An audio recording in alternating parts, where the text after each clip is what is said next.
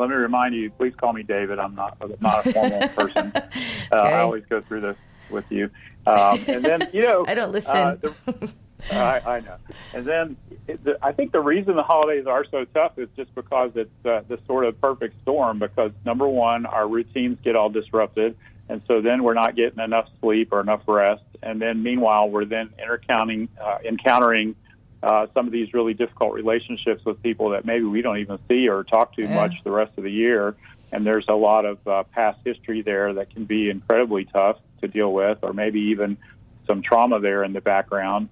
And then it's natural for us to, like Patrick said, at this time of year, a lot of people get kind of down, and so you feel a little bit more sad or depressed. And a lot of people are very lonely at this time of year who have disconnected from family, or who aren't, in touch with family or friends. And so, in a way, it's sort of no wonder. And then add to that financial stress if you're buying gifts for people or whatever. And so it's no wonder that this is such a difficult time of the year, because it's hitting us so many different ways. Mm-hmm.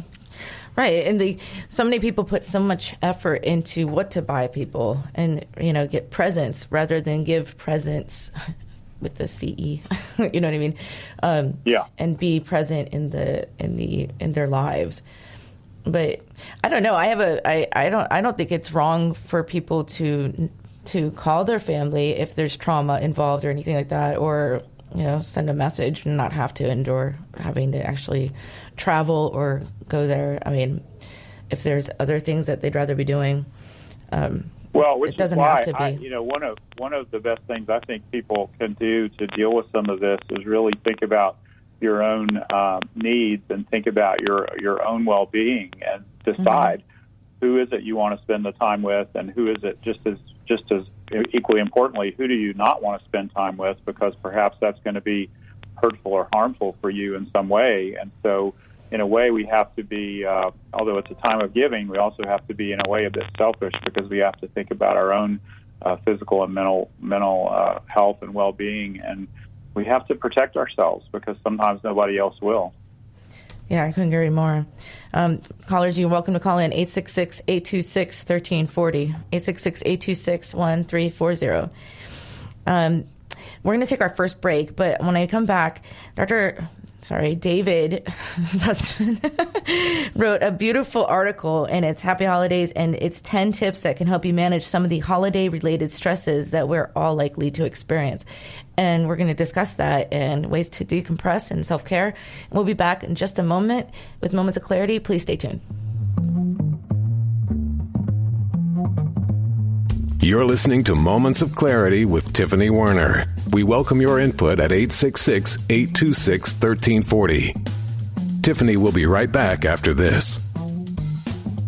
This is the Tan Talk Radio Network. Hi, this is Tiffany Werner, your host of Moments of Clarity. Living with a mental health disorder is not easy. If you or someone you know are struggling with this, please know it's so important to seek treatment, and I'm here to help. Please visit the website at momentsofclaritywithtiffany.com to view blog posts and resources on this site to help educate and inspire you to take action, because there's no shame in seeking help for mental health. While you're there, please take a few seconds to sign up for my email list. You'll get some extremely valuable educational and entertaining content that can be sent right to your inbox each week. Plus, you'll also get instant and free access to my guide on managing your anxiety. You can also follow me on Twitter at MOC with Tiffany, and at Facebook at Tiffany Werner. And once again, the website is momentsofclaritywithtiffany.com. Thank you so much for your support and for listening to your show, because change can only come when we stand together as one. This is the Tan Talk Radio Network. We are back to Moments of Clarity with Tiffany Werner. To join in the discussion, call 866-826-1340. Now, here's Tiffany Werner. Hi, welcome back, and you're listening to Moments of Clarity. My name's Tiffany Werner. I'm a licensed mental health counselor, and I'm your host. And my guest today is a professor at the University of Kentucky. He's a psychologist, and he wrote a beautiful article called Happy Holidays, and 10 tips that you can help you manage some of the holiday-related stresses that we are all likely to experience. And I want to welcome back to Moments of Clarity Dr. David Sussman. Thank you again, Tiffany.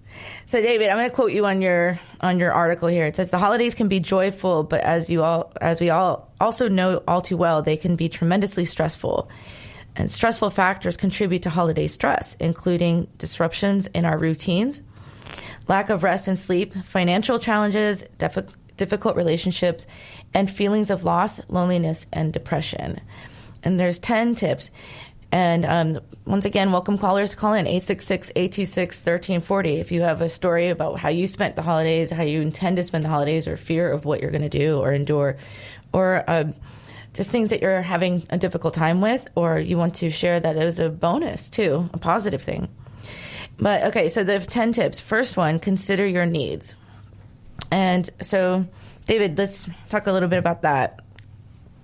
Yeah, we touched on that just a little bit before the break, kind of the idea of just thinking ahead and, what's going to be good and healthy for you in your way you spend your holidays, and how do you spend that time, and how much time you're going to be away from work, and where you're going to be traveling, and who are you planning to stay with, and all of those things, I think, to make sure that you're keeping your own health and your own personal well-being in mind. Right, and a lot of people find that to be selfish. What would you say about that?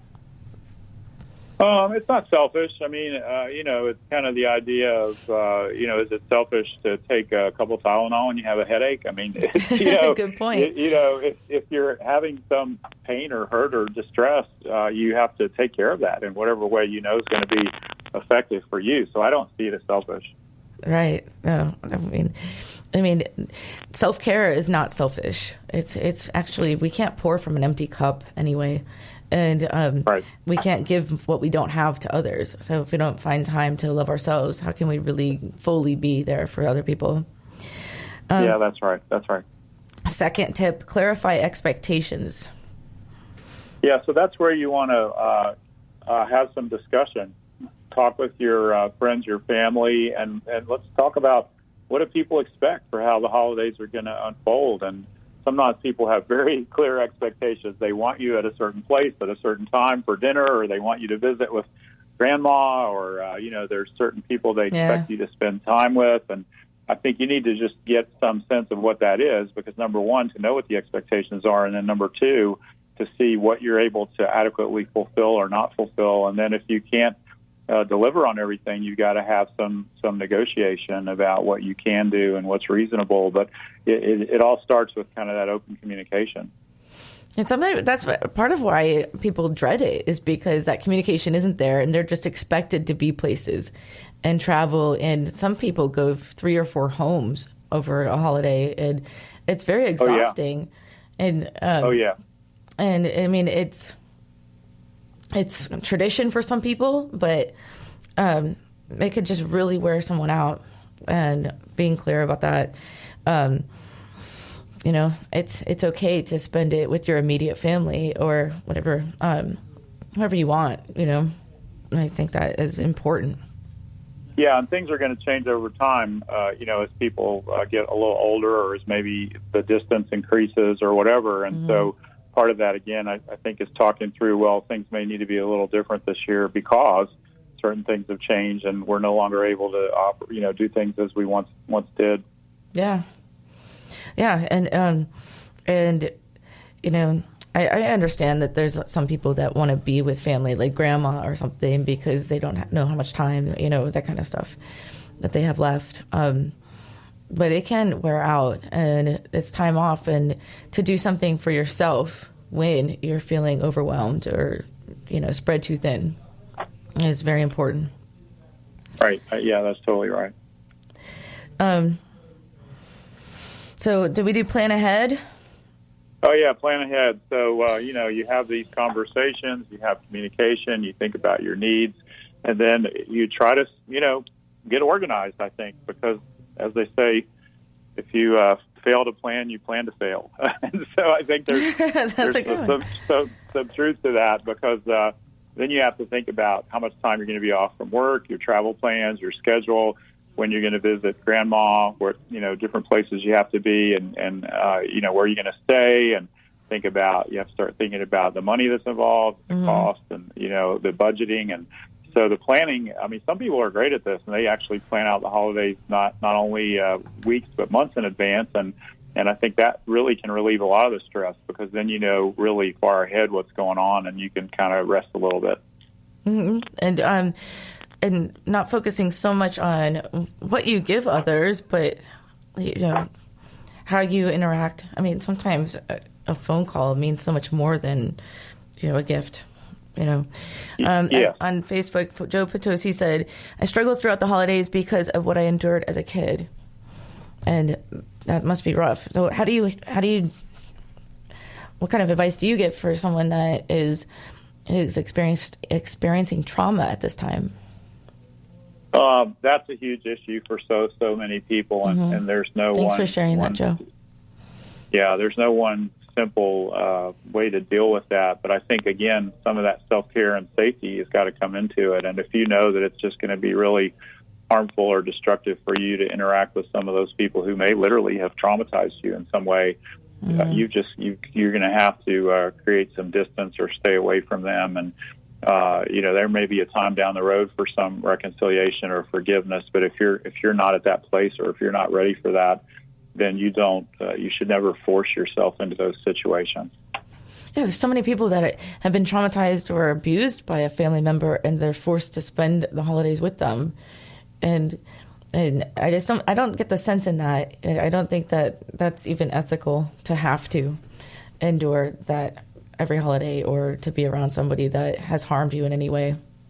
Oh, I agree. But I mean, that is the reality for many, many people, that they're in that situation and they're sitting at the dinner table literally next door or next to someone who may have really harmed them in some way. And I always like to suggest that if you know you're going to be in that situation, then you need to have probably at least one or two sort of, quote, safe people there also at the table that you can rely on, that you can stay with, that sort of know the dynamics, maybe, that can also watch out for you. And so sometimes your actual physical safety may still be at risk. Right. And Mike McBride said, at the end of the day, spend the holidays the way you want to spend them. Don't let the Hallmark movies define what they should look like. It's so true. Well, it doesn't end up in the Hallmark movie. I haven't met anybody yet who lives in the Hallmark movie. Have you? They're all fantasy. Right.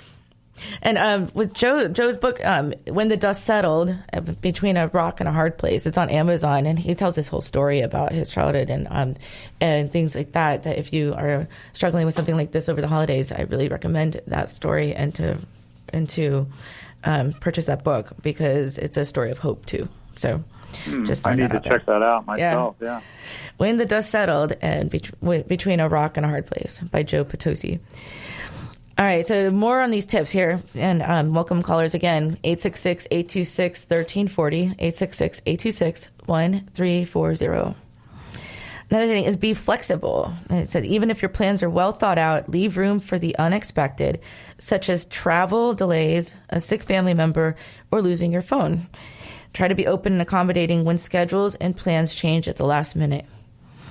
Yeah, that's hard really to do. It's hard to do, but when it's so things change last minute. As we know, these things are really likely to happen. I mean, there's always something that comes up that you don't expect, and I think part of that is also just that sort of trick of trying to be able to reassure yourself that we're going to get through this, and it's not necessarily the end of the world. And although it may seem like a minor catastrophe, things are going to work out, and we're going to make it there eventually, or we're going to get a new phone or whatever. But you just have to expect the unexpected. And I think that's why you always want to build in a little cushion in terms of time, or, allow more time to get somewhere. And then when things do happen, sometimes you just realize you have to just sort of sit and wait for help, or wait for things to resolve themselves in some way after you've reached out, for the appropriate resources that you need. Right, and everything can turn into a new tradition, or, a funny story later on, or something. But I mean, everything turns into a memory of some sort. Hopefully, a happy one. Oh yeah, and some of the funniest holiday family memories are when Dad knocked the Christmas tree through the front window, or something awful happened. That becomes later on sometimes one of the best memories. Yeah, I mean, if they play A Christmas Story every year around the holidays, And that's just a classic because everything goes wrong. The dogs come in and eat their turkey. The lamp breaks of the leg or whatever. It's just one thing after the next. And it's a memory that it's like, I mean, even